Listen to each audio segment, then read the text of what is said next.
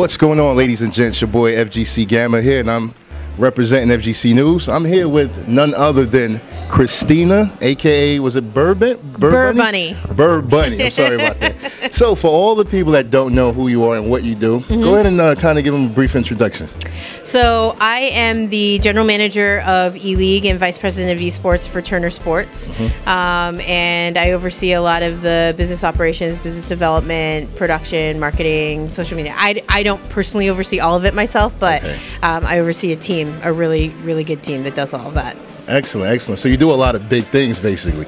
And, you know, as I was talking to you off camera. I heard cats. That's cats, what I do. Okay, speaking of cats, you also said social media, you know, and there's a lot of things going on with the ELEAGUE Twitter. Can you kind of tell us briefly about your cat fetish or what's going on with the cats? It is not a fetish. I am a certified crazy cat lady. Okay. I love cats. I love all things cats. I have cat tattoos. I have 4 cats.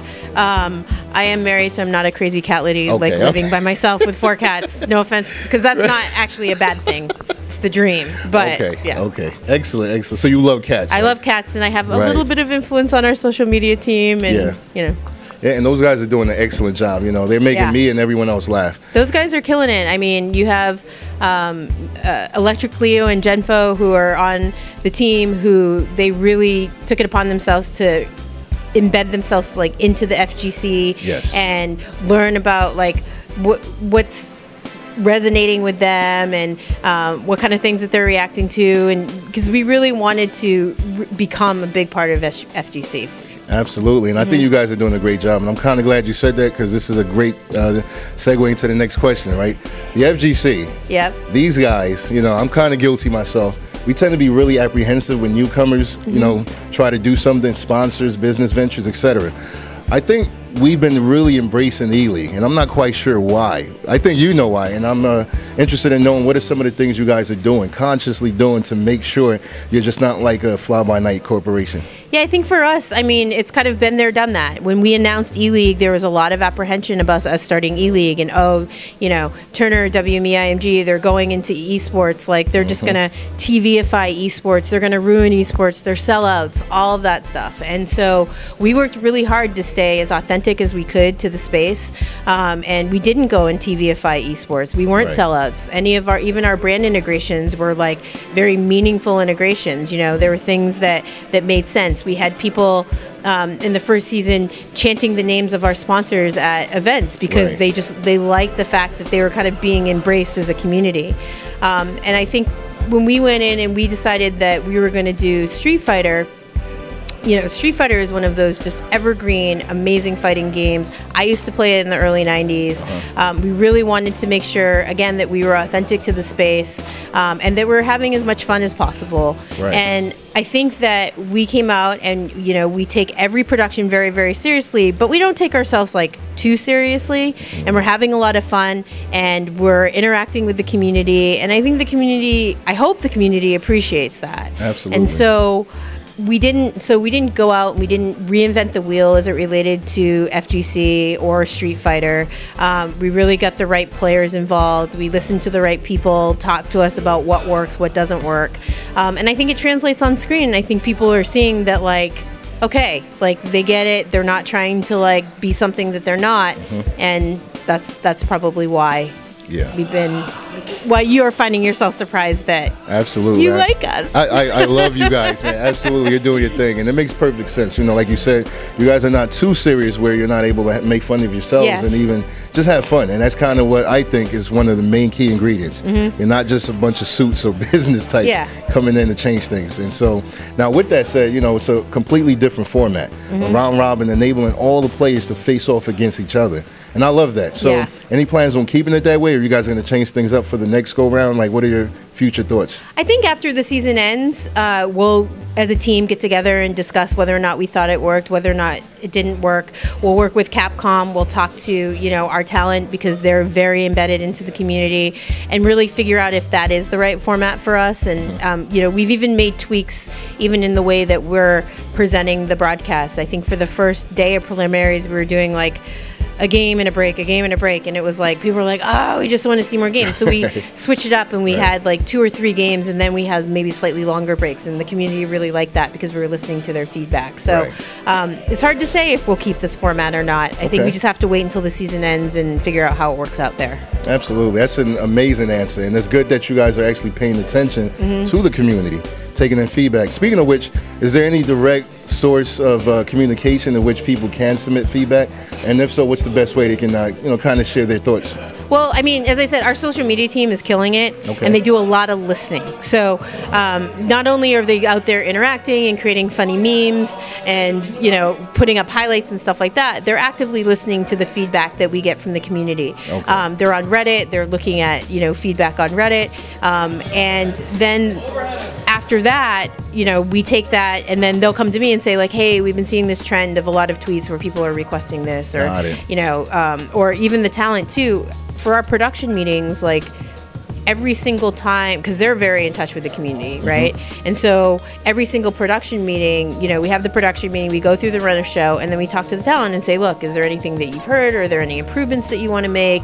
What's the community saying and what are they doing? And then we take that to account, we figure out what makes sense for us, and then we put it into the broadcast. Excellent, excellent. Okay, so you do pay attention to the tweets. Absolutely. And those, I think you mentioned Reddit as well. Constructive criticism. Constructive. No haters, no trolling. We know how the internet can be at times. So yeah, absolutely. And speaking of what you guys been doing so far, I touched a lot about what you're doing for the FGC. Is there anything we, the viewers, the players, tournament organizers, anyone who's involved in the FGC, is there anything we can do to kind of make sure that this is a mutually beneficial arrangement, moving forward? I think it is that constructive criticism. It is that feedback, and also tell us the stuff that we're doing right. Because some of the things and decisions that we make, we don't necessarily know if it's the right choice. So really listening to that. And one thing that I really love is when I come downstairs to the set, at the studio, there's such a good energy, right? And I think people don't realize that so much about FGC because, like you said, sometimes there's a tend to be protective. And I think that, like, anything FGC can do to grow and, like, show, outside audiences how much fun it can be to be part of the gaming community, I think that's something that you guys could do, but you're already doing it. So, I mean, they've been super inclusive and welcoming to everyone with ELEAGUE, and we love it, and we love FGC. It's great. Okay, excellent. So you heard that, guys. Follow Christina. Make sure you tweet her positive feedback. I used to work in customer service, and it seems like people only talk when they're upset. Yes. When things are going right, they're like, okay. Yeah, they're like, it's fine, whatever. When it's right, hey, my iPhone doesn't turn on. Yeah. So we can use some positive and constructive criticism. Yeah. So now let's talk to about you for a little bit. Okay. Street Fighter. This is 2017, 30th year anniversary. Yep. I'm not sure when was your first Street Fighter, but tell us a little bit about that and what does Street Fighter mean to you. I have not played, I played Street Fighter V very recently, but I had not played Street Fighter since the early 90s. Okay. And I used to play with my now ex-boyfriend, Nick Bazanson. We used to play in high school, and, favorites like Chun-Li. I'm shocked that, like, Blanca's not in Street Fighter V, things like that. Old school throwbacks. And I had a lot of fun, and I played a lot of fighting games. And then in college, not Street Fighter, but we played a lot of Tekken. I mean, the amount of hours that I spent playing Tekken in college, my parents are probably upset with the money that they spent to send me to school, right? But it got me this gig, which is amazing. Not playing Tekken, but video games. I'm doing a job that I love. So, but yeah, my roots to Street Fighter go way, way back, and so, and that's another reason why we chose Street Fighter for ELEAGUE, because Street Fighter is one of those games that, at its very core, you can understand what's going on. It's a fighting game, and it's just 2 people on a screen, and it's not crazy. But there is that evergreenness about Street Fighter, right? People like me who are a little bit older than maybe the typical eSports demo remember Chun-Li, we remember Ken, we remember Ryu, we remember Balrog, we remember all of those characters. And so to see that, and if you're sitting at home and you're watching on TV and you're like, I remember Chun-Li, I remember Ken, I actually can sit down and watch and know what's going on. That's what we love too about Street Fighter. Absolutely, I agree. It's the pinnacle of fighting games. Even if you love other fighting games, you can't deny what Street Fighter is and what it means to all fighting game fans. And so so now with that said, Anything else you'd like to share with the FGC in particular in regards to E-League or even fighting games? I mean, is there any juicy information you can put out as of yet? We don't have any juicy information as of yet, and with my PR team sitting right over there, okay. There's not much I can share. Right. Okay. But the one thing that I would say to the FGC is just thank you guys for being so welcoming. I know that sometimes when you hear about big media companies becoming involved in these types of things, there definitely is a fear, and we've been getting some criticism online, and the FGC has actually been going in and defending us, yes. Which we really, really appreciate. And again, any feedback, anything is welcome. But yeah, thank you guys so much. Absolutely. And last question, I'm gonna put you on the spot. Okay. Who do you have winning everything?